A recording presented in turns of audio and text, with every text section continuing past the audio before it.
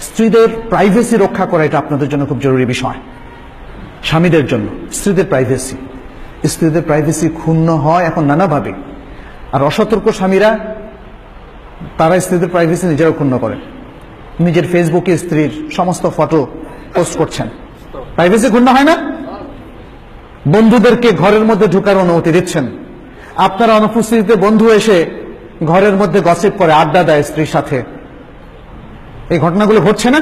এই ঘটনাগুলো সবচেয়ে বেশি ঘটছে আধুনিক ফ্যামিলিগুলোতে, তথাকথিত আধুনিক ফ্যামিলিগুলো। তারা ফ্র্যাঙ্ক, তারা বলে উই আর ফ্র্যাঙ্ক। অনেক উদার মনার অধিকারী, আমার স্ত্রী যে কারোর সাথে কথা বলতে পারে, আড্ডা দিতে পারে, এই ধরনের কথা তারা মনে করে। এর ফলে কি ঘটে সেটা পত্র পত্রিকা থেকে আরম্ভ করে গল্পের মধ্যে আমরা পড়ি। দেখুন, অনেক গল্পের মধ্যে বন্ধুরা বন্ধুর স্ত্রীর প্রতি কি অসদাচরণ করেছে, এমনকি সুযোগ পেয়ে আরো কি কর্মকাণ্ড করেছে, এগুলো নিয়ে আজকে আমাদের নাটক, সাহিত্য, গল্প, উপন্যাসও লেখা হয়, এগুলো নিয়ে নাটকও করা হয়। কিন্তু শরীয়তের বিধান হচ্ছে স্ত্রীর প্রাইভেসি রক্ষা করতে হবে স্বামীকে, এটা ফরজ। তাদের কোনো গোপন ফটো তো এমনি তোলা যাবে না, তুলে সেটা পোস্ট করা আরো অপরাধ।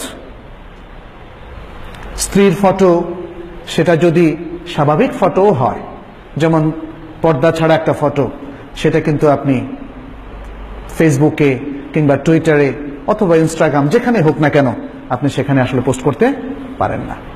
এটা শরীয়তের একটা বিধান। কারণ রাসূল সাল্লাল্লাহু আলাইহি ওয়াসাল্লাম একটা হাদিস আছে, ইন্না শাররান নাসি ইনদাল্লাহি মানজিলাতান ইয়াউমাল কিয়ামাহ আর-রাজুলু ইউফদি ইলাল মারআহ ওয়া তুফদি ইলাইহি থুম্মা ইয়ানশুরু সিররাহা। যে কিয়ামতের দিন পজিশনের দিক থেকে আল্লাহর কাছে সবচেয়ে নিকৃষ্ট ব্যক্তি হবে ওই ব্যক্তি যে তার স্ত্রীর সাথে মিলিত হয় আর দিনের বেলা সে সেটাকে প্রকাশ করে।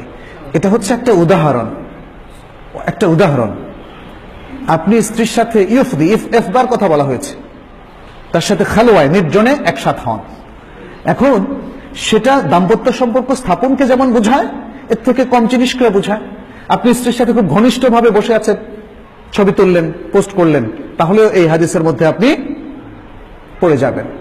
এখানে ইফদা ইলাল মারআহ, স্ত্রীর সাথে সব ধরনের নির্জনে মেলামেশা এবং ঘনিষ্ঠভাবে বসা সবকিছুকেই অন্তর্ভুক্ত করে। অতএব এই জিনিসগুলোকে পরবর্তীতে যে ব্যক্তি পাবলিকলি ওপেন করে, পাবলিকের কাছে, সাধারণ মানুষের কাছে প্রকাশ করে, কিয়ামতের দিন তার সবচেয়ে ভয়াবহ অবস্থান হবে আল্লাহর কাছে। এখানে সেটি তুলে ধরা হয়েছে।